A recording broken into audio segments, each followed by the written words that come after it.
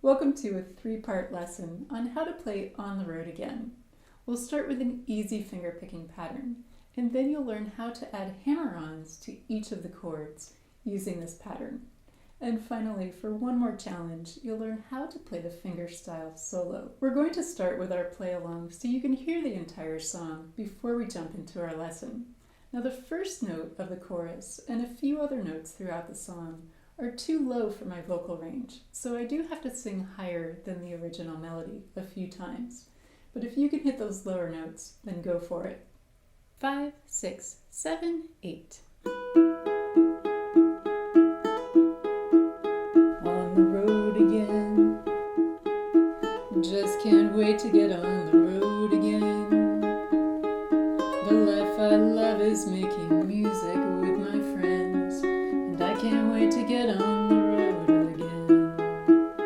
On the road again, going places that I've never been, seeing things that I may never see again, and I can't wait to get on the road again. On the road again, like a band of gypsies we go down the highway. We're the best of friends, insisting that the world keep turning our way. And our way is on the road again. Just can't wait to get on the road again. The life I love is making music with my friends, and I can't wait to get on the road again.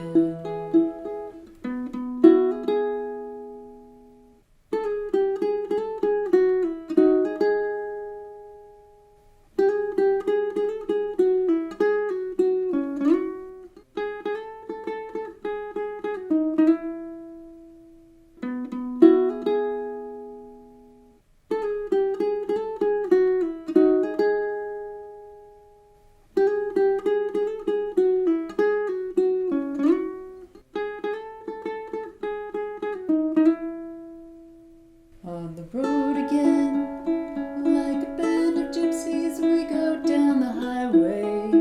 We're the best of friends, insisting that the world keep turning our way. And our way is on the road again.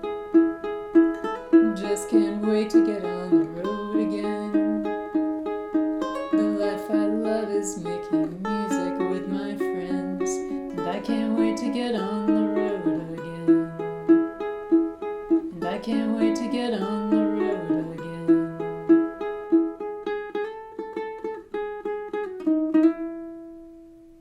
You can play this song with high or low G tuning.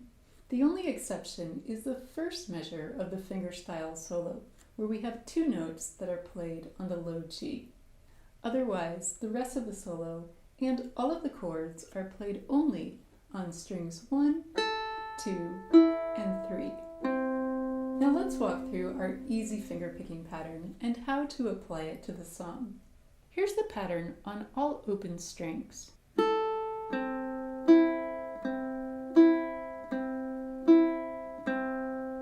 This pattern is played on strings 1, 2, and 3, and I'm using my middle finger on the first string, index finger on the second string, and thumb on the third string.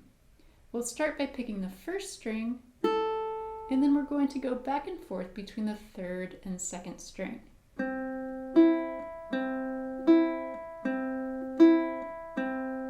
The rhythm of this pattern is 1 and 2 and 3 and 4 and. Now let's look at how to apply this pattern to the chords in the song. For each of the chords, I've indicated the frets on the fourth string in gray because this pattern only covers the first 3 strings. So for example, our E chord shape that covers all 4 strings becomes easier to play when we eliminate the fourth string.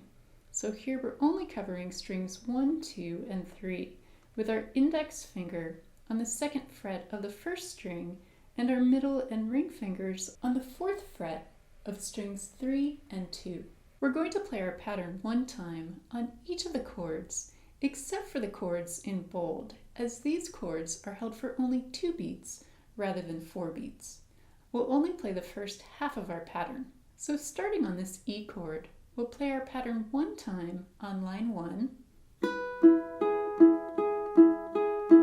and then in line 2 we'll play the pattern again on E. Then we go to G sharp at the end of line 2.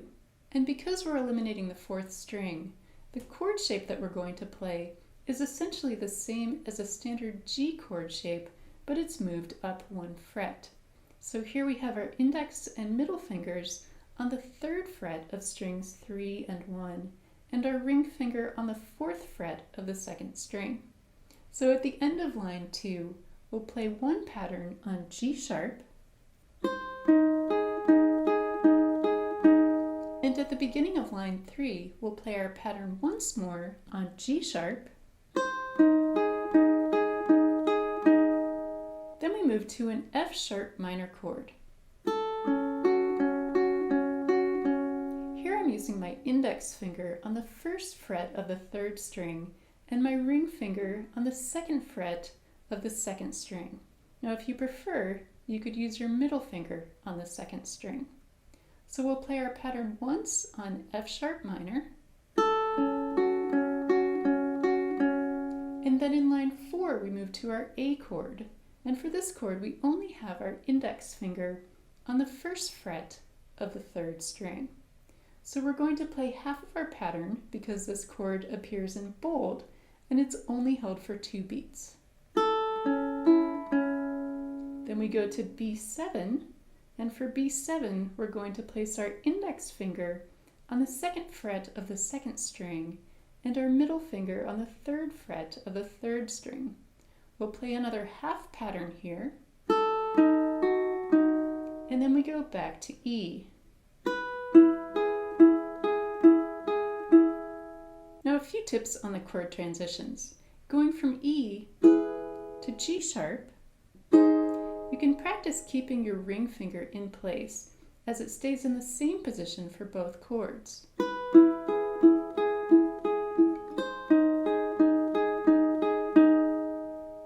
Now going from G sharp to F sharp minor, we don't have to lift up our hand to form the F sharp minor chord shape. Instead, we can just lift up our middle finger and slide our index and ring fingers back 2 frets.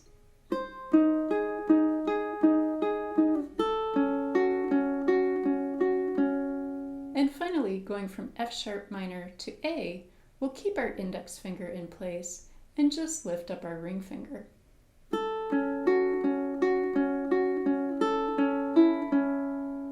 Now let's play through the chorus, counting out the rhythm, starting on E. 1, 2, 3, 4. 1, 2, 3, 4. 1, 2, 3, 4. 1, 2, 3, 4.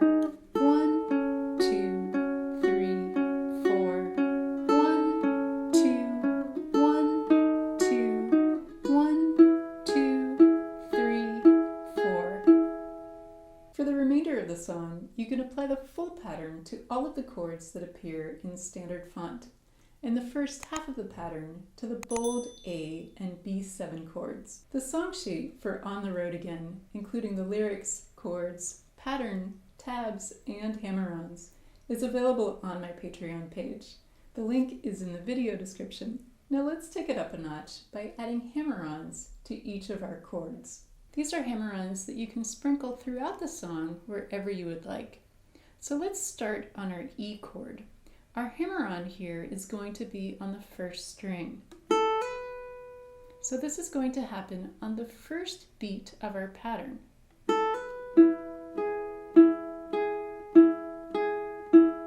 We'll pick the open 1st string, and then we'll hammer onto the 2nd fret with our index finger. Then we'll pick the rest of the pattern just as it is. For G sharp, we're also going to hammer on the 1st string. Here we'll pick the 1st string on the 3rd fret with our middle finger and we'll hammer onto the 4th fret using our pinky. Then we'll pick the rest of the pattern, keeping our fingers in place. For F sharp minor, our hammer-on will be on the 4th fret of the 2nd string on beat 2.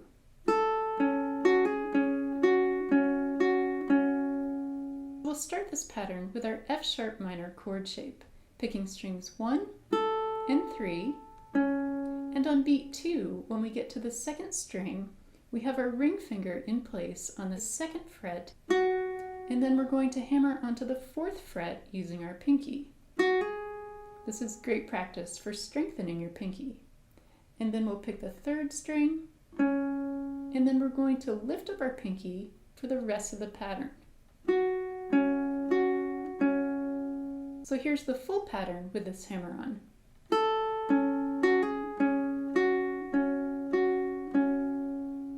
Now moving to A, we're going back to the 1st string for our hammer-on. So on beat 1, we'll pick the open 1st string, and we're going to hammer onto the 2nd fret using our ring finger. We can do this hammer-on on beat 1, whether we're playing A for just half of a pattern, or if we're playing A for the full pattern. And then we have B7. Here our hammer-on is going to be on beat 2 on the 2nd string. We have our index finger on the 2nd fret, and we'll hammer onto the 4th fret using our ring finger. Now we can do this hammer-on whether we're playing B7 for just 2 beats for half of the pattern, or if we're playing the full pattern for B7, then we'll lift up our ring finger after we do the hammer-on, so that the last notes in the pattern on the 2nd string are going back to the 2nd fret. Now you can use these hammer-ons as often as you would like throughout the song. Here's an example of how to apply the hammer-ons to the chorus at a slow tempo, starting on E.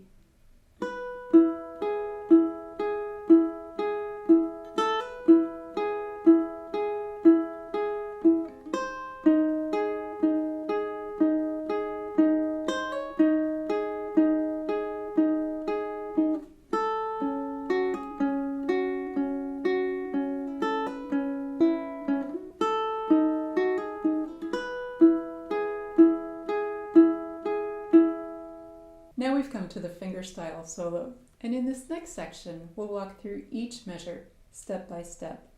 Moving from the chorus into our solo, we're going to play the final E chord of the chorus for only 3 beats. 1, 2, 3. And this gives us a chance to move our hand position into place to start the solo. Now we've just taken our E chord shape from strings 1, 2, and 3 to strings 2, 3, and 4. So we're going to start measure 1 with 2/8 notes on the 4th string. Then in measure 2, we'll pick strings 2 and 3 together, and we're going to hammer on to the 4th fret of the 2nd string using our pinky. Then we'll pick the 2nd string one more time on the 4th fret to complete measure 2. And now we have measure 3. Let me play this for you at a slow tempo.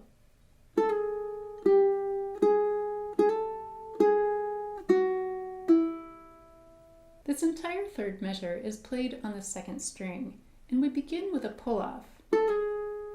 Here we have our middle and ring fingers on the 4th and 5th frets.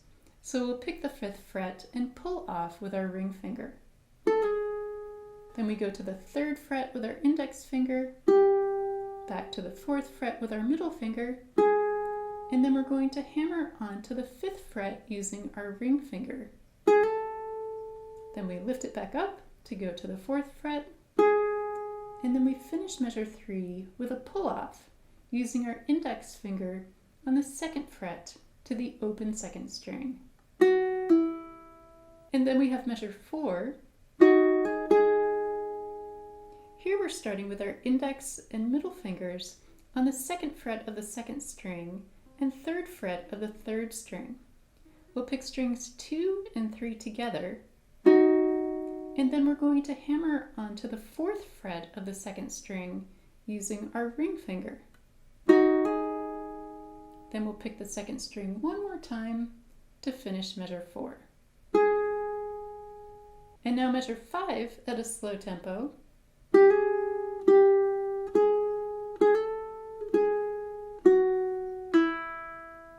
Now, just like measure 3, measure 5 is also played entirely on the 2nd string. Here we're starting on the 3rd fret with our middle finger, and we're going to hammer onto the 4th fret using our ring finger. Then we'll go back to the 3rd fret, 4th fret, and then we're going to slide from the 4th to the 5th fret,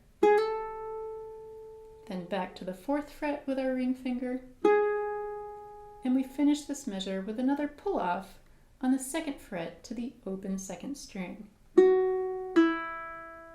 And then measure 6. Here we're starting with our index finger on the 2nd fret of the 2nd string and our ring finger on the 4th fret. We're going to pull off from the 4th to the 2nd fret, then we'll pick the 2nd fret, and then we'll go to the 1st fret of the 3rd string, and then we're going to slide our index finger from the 1st all the way up to the 6th fret. At the end of measure 6, we'll pick the 4th fret of the 2nd string using our ring finger, and then here measure 7 and 8 at a slow tempo.